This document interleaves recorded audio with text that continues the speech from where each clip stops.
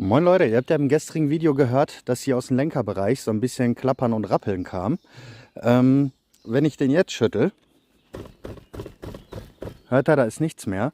Und ich habe auch rausgefunden, woran es liegt. Es sind hier die Knöpfe.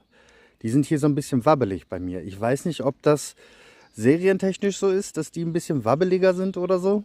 Auf jeden Fall kann man das lösen, indem man hier so einen Klebestreifen drüber macht. Da müsste in Zukunft einfach irgendwie so eine Art Gummihülle oder sowas drüber. Denn solange wie die so leicht wabbelig sind, produziert das natürlich Geräusche, was nicht so schön ist. Man kann es einfach machen, indem man hier so ein bisschen Tesafilm drum macht.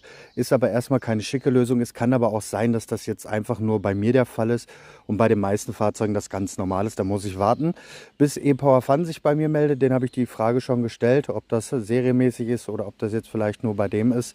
Die anderen Kollegen, die auch so ein Fahrzeug haben, können es ja gerne mal reinschreiben. Und ja, das ist auf jeden Fall die Kurzzeitlösung. Ich bin am E-Scooter Olymp und bereite den